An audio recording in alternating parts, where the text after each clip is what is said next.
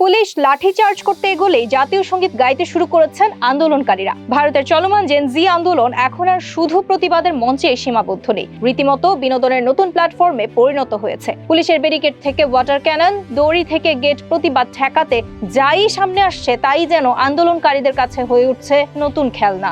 বিহারে police barricade বসিয়ে বিক্ষোভকারীদের আটকানোর চেষ্টা করছিল, কিন্তু সেই ব্যারিকেডটি কাঁধে তুলে নিয়ে চলে যান আন্দোলনকারীরা। ওয়াটার ক্যানন দিয়ে পানি ছোড়া হলে তৈরি হয় আরো মজার দৃশ্য। পুলিশের জল কামানের নিচেই শুরু হয়ে যায় রেইন ডান্স। দড়ি দিয়ে ভিড় ঠেকাতে গিয়ে পুলিশ পড়ে যায় টানাটানির খেলায়। গেট বন্ধ করে আন্দোলনকারীদের বাইরে রাখার চেষ্টা করলেও শেষ পর্যন্ত সেই গেটই আর টিকল না।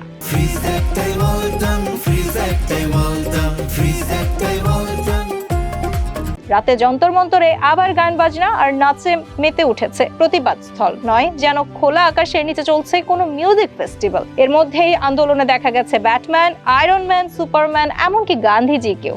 কেউ বানাচ্ছেন get ready with me video, কেউ সাবওয়ে সার্ফারের মিউজিকে দৌড়াচ্ছেন, আবার কেউ ককরোচ সেজে হাজির হয়েছেন বিক্ষোভে। আর ধর্মেন্দ্র প্রধানের পদত্যাগ না হওয়ায় নিজেদের মধ্যেই বসেছে আদালত, যেখানে কাঠগড়ায় দাঁড় করানো হয়েছে মন্ত্রীকে। এই পরিস্থিতির মধ্যেই শুক্রবার মধ্যরাতে আবারও বিক্ষোভকারীদের উদ্দেশ্যে নতুন ভিডিও বার্তা নিয়ে হাজির প্রধানমন্ত্রী নরেন্দ্র মোদী। 40 সেকেন্ডের বার্তায় তরুণদের ফ্রেন্ডস সম্বোধন করে আগের ভিডিওতে ইতিবাচক সাড়া দেওয়ার জন্য ধন্যবাদ জানান তিনি। প্রশ্ন ফাঁস রোধে আরও কঠোর ব্যবস্থা নেওয়ার আশ্বাসও দেন। সব মিলিয়ে ভারতের জেনজি আন্দোলন এখন একই সঙ্গে প্রতিবাদ, ব্যঙ্গ আর সামাজিক যোগাযোগ মাধ্যমের নতুন কন্টেন্টে পরিণত হয়েছে।